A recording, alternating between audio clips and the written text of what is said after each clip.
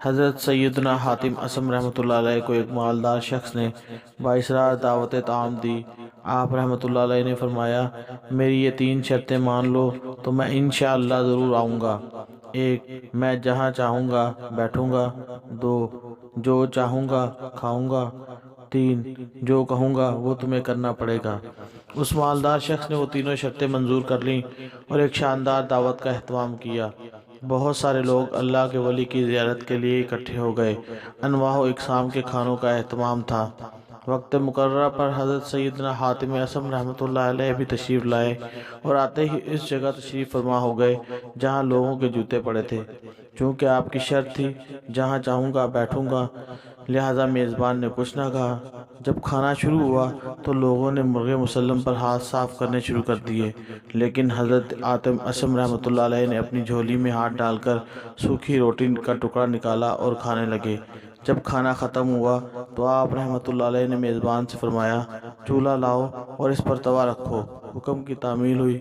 جب آگ کی تپش سے توا سرخ انگارہ بن گیا تو آپ رحمۃ اللہ علیہ اس پر ننگے پاؤں کھڑے ہو گئے۔ لوگوں کی آنکھیں حیرت کے مارے پھٹی کی پھٹی رہ گئیں۔ آپ رحمۃ اللہ علیہ نے فرمایا، میں نے آج کے کھانے میں سوکھی روٹی کھائی ہے۔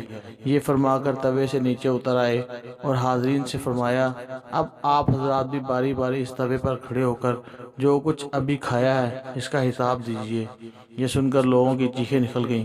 سب لوگ بیک زبان بول اٹھے، یا سیدی، آپ تو اللہ کے ولی ہیں اور یہ آپ کی کرامت ہے۔ کہاں یہ گرم گرم توا اور کہاں ہمارے نازک قدم، ہم تو گناہ گار دنیا دار لوگ ہیں۔ آپ رحمۃ اللہ علیہ نے فرمایا، اے لوگو، یاد کرو جب سورج صرف 1.25 میل دور ہوگا۔ آج سورج ہم سے کروڑوں میل دور ہے اور اس کا پچھلا رخ ہماری طرف ہے۔ اور اس گرم توے کے بارے میں سوچئے، یہ توا جو کہ دنیاوی آگ میں گرم ہوا ہے، اس کی تپش خدا کی قسم قیامت کی آگ کے مقابلے میں کچھ بھی نہیں ہے۔ اس آگ کی زمین پر کھڑا ہونا پڑے گا۔ قرآن پاک میں اللہ تعالیٰ ارشاد فرماتا ہے، پھر بے شک ضرور اس دن تم سے نعمتوں کی پرسش ہوگی، یعنی پوچھ گچھ کی جائے گی۔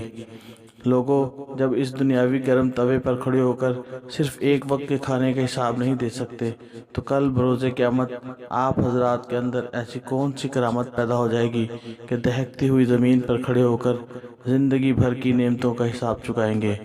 آپ رحمۃ اللہ علیہ کا یہ رقت انگیز بیان سن کر لوگ دھاڑے مار مار کر رونے لگے اور گناہوں سے توبہ کرنے لگے۔ دوستو، سادہ غذا کھانے کے جہاں دنیاوی فوائد ہیں، وہیں اس کا اخروی فائدہ بھی ہے، وہ یہ کہ کل بروز قیامت اس کے حساب میں آسانی ہوگی۔